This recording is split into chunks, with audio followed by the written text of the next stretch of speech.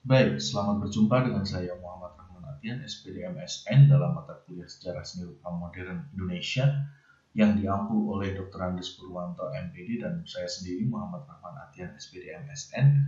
Saya akan memberikan materi tentang Moi Indi atau Hindia Molek. Moi Indi atau Hindia Molek, dari namanya saja mungkin Anda sudah meraba-raba mata kuliah ini kira-kira akan membahas tentang apa. Nah, untuk Anda yang mungkin belum memahami kira-kira mata kuliah ini membahas tentang apa, mata kuliah ini akan membahas tentang bagaimana sejarah seni rupa Indonesia yang berhubungan dengan visual-visual yang sangat dipengaruhi oleh orang Belanda. Dalam hal ini adalah keindahan-keindahan secara fisik dari Indonesia atau Nusantara. Bagaimana hal itu bisa terjadi, kita akan membahas dan kita akan mulai dari Belanda terlebih dahulu. Ya, kita akan memulai pada Dukatel Amsterdam pada tahun 1930-an, di mana banyak sekali karya-karya di Amsterdam saat itu menggambarkan keindahan-keindahan alam. Kita bisa lihat di sini keindahan alam digambarkan, ada beberapa bentuk-bentuk sungai, kemudian ada perahu, ada kemudian bambu-bambu, hutan-hutan, rumah-rumah di seberang kali dan lain sebagainya. Itu digambarkan karena saat itu terjadi beberapa konflik di Amsterdam di mana manusianya atau kehidupan sosialnya sungguh merindukan tentang keindahan alam. Nah, pada tahun tersebut juga bergejolak di Indonesia, di mana Indonesia saat itu banyak terpengaruh oleh penjajahan Belanda, dan kemudian muncul seorang ahli seni bernama Sujoyono, dan Sujoyono menyatakan lukisan-lukisan pemandangan yang serba bagus, serba enak, romantis, bagai di surga, tenang dan damai, tidak lain hanya mengandung satu arti, Moi Indi, atau bisa diartikan sebagai Hindia Belanda yang indah. Kemudian, hal itu disebabkan kenapa di Indonesia ada persoalan ini, itu karena banyaknya pelukis Belanda yang lahir di Indonesia atau yang biasa disebut sebagai Indische Schilderer. Kemudian mereka berasimilasi kebudayaannya dan akhirnya berkarya menggunakan teknik dan cara Moi Indi. Akhirnya kebudayaan mereka sangat mempengaruhi Indonesia saat itu. Kemudian bentuknya sangat bisa dikenali, bentuknya sangat mudah dikenali. Bentuk-bentuknya itu memiliki beberapa ciri-ciri. Ciri yang pertama adalah bentuk atau subjek maternya adalah pemandangan alam yang dihiasi biasanya adalah gunung, sawah, pohon-pohonan, pantai atau telaga dan lain sebagainya yang menggambarkan tentang keindahan-keindahan alam. Itu yang pertama. Kemudian yang kedua adalah biasanya Moi Indi menggambarkan kecantikan atau eksotisme wanita-wanita pribumi, baik dalam pose keseharian sebagai penari ataupun dalam keadaan setengah busana.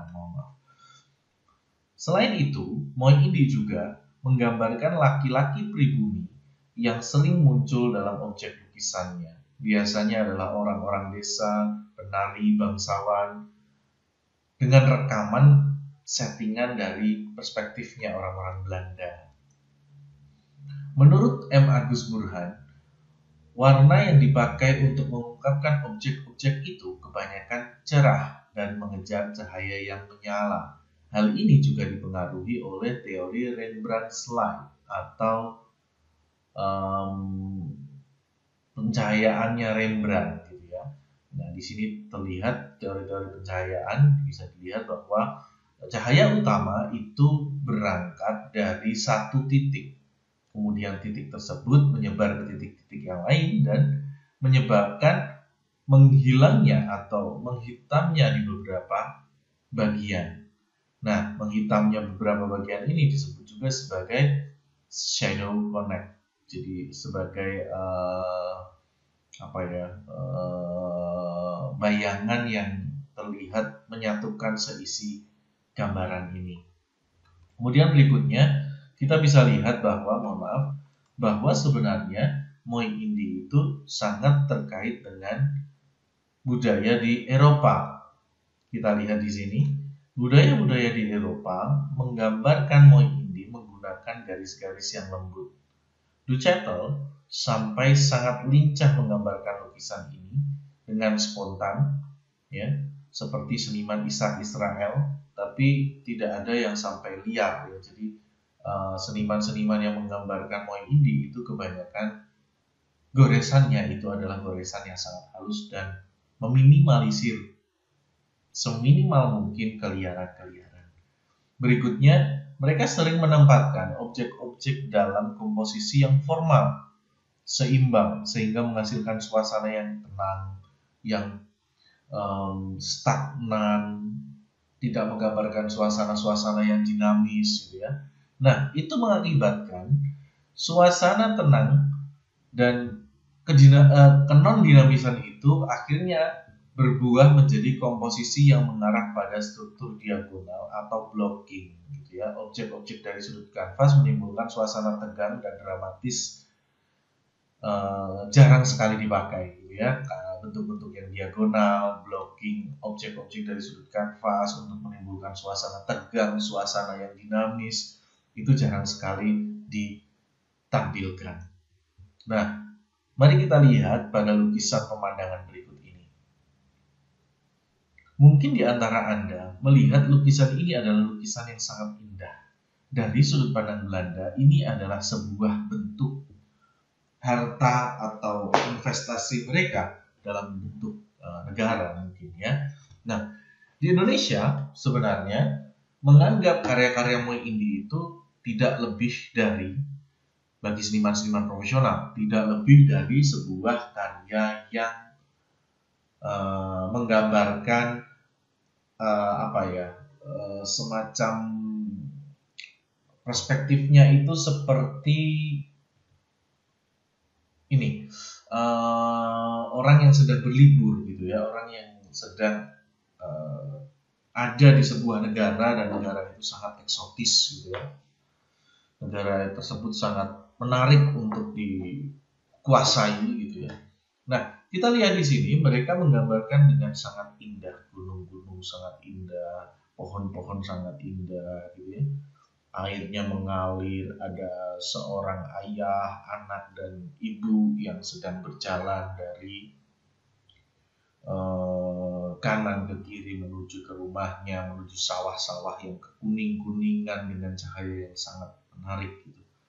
Tapi di balik ini ternyata persoalan orang Indonesia, petani itu digambarkan sangat bahagia, padahal sebenarnya di balik kebahagiaan yang digambarkan ini sebenarnya terdapat politik ijon di sawah-sawahnya, kemudian kayu-kayunya ditebangi oleh orang-orang Belanda, gitu kan. Gaji mereka sangat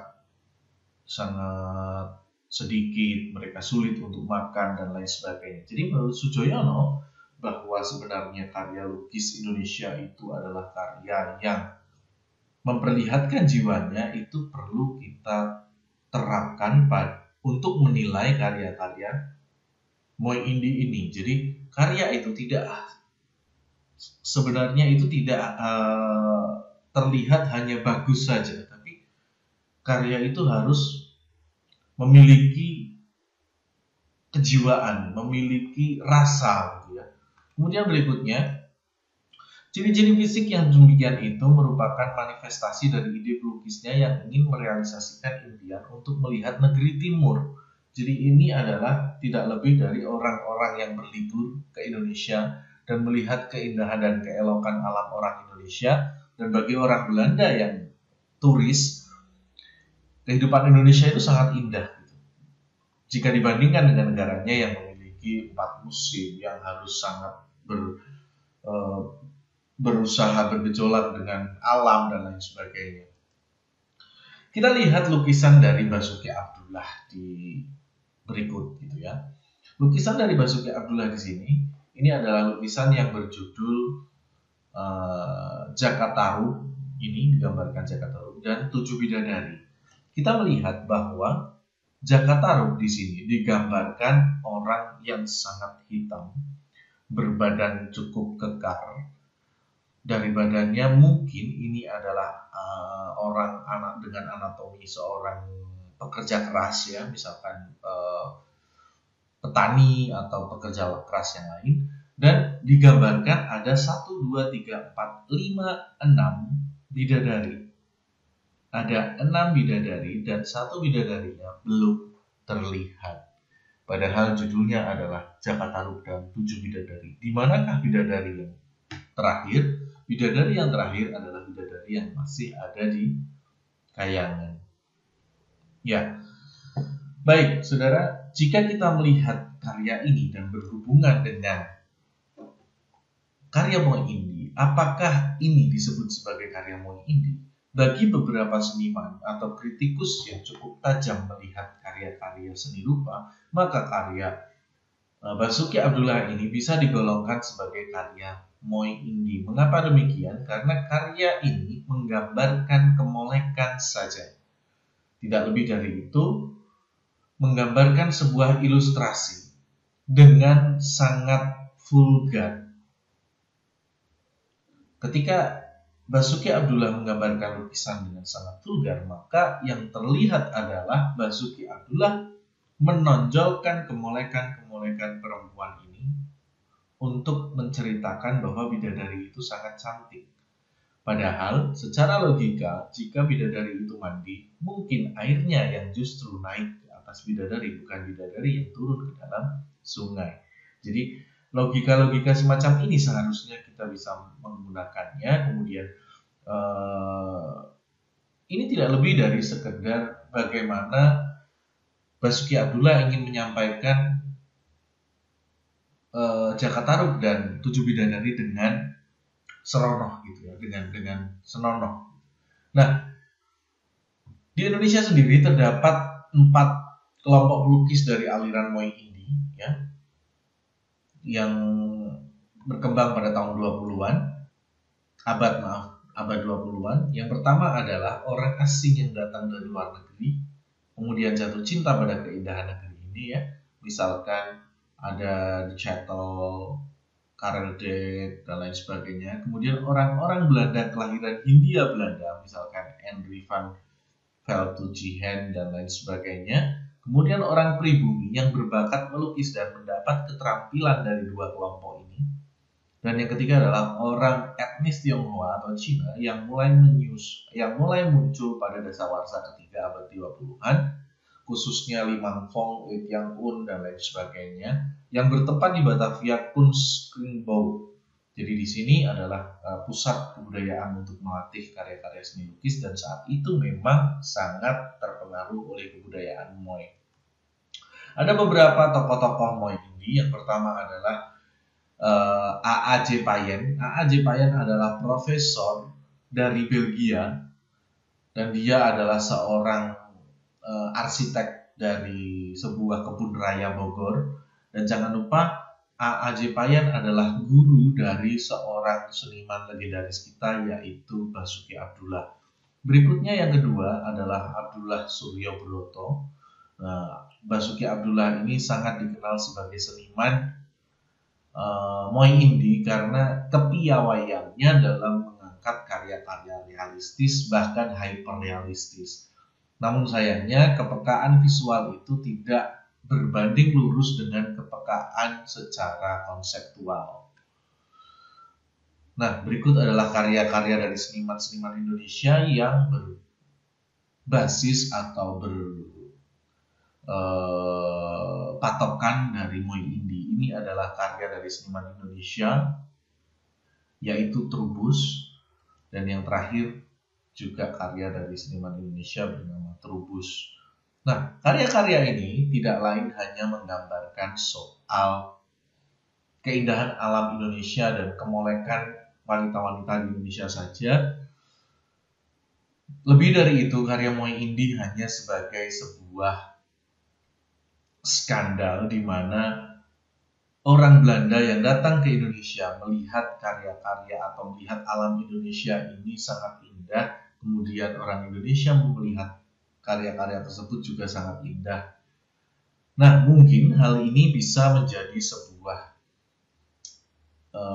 pemikiran awal atau menjadi sebuah pijakan ketika Anda sedang menelaah kenapa di Indonesia banyak sekali adik-adik siswa kita yang menggambar pegunungan atau dua gunung kembar dan satu jalan dan lain sebagainya itu saat mereka diminta mengerjakan mata kuliah atau kuliah menggambar. Nah, mungkin Moy Indi ini adalah salah satu hal yang mempengaruhi mengapa kejadian tersebut bisa terjadi. Baik, untuk perkuliahan kali ini kami mengakhiri perkuliahan ini dulu. Semoga kita bisa bertemu pada pertemuan yang akan datang. Semoga Anda sehat selalu. Kami akhiri pertemuan pada hari ini. Selamat mengerjakan dan melaksanakan tugas-tugas yang dihimbau oleh dosen-dosen yang lain. Wassalamualaikum warahmatullahi wabarakatuh.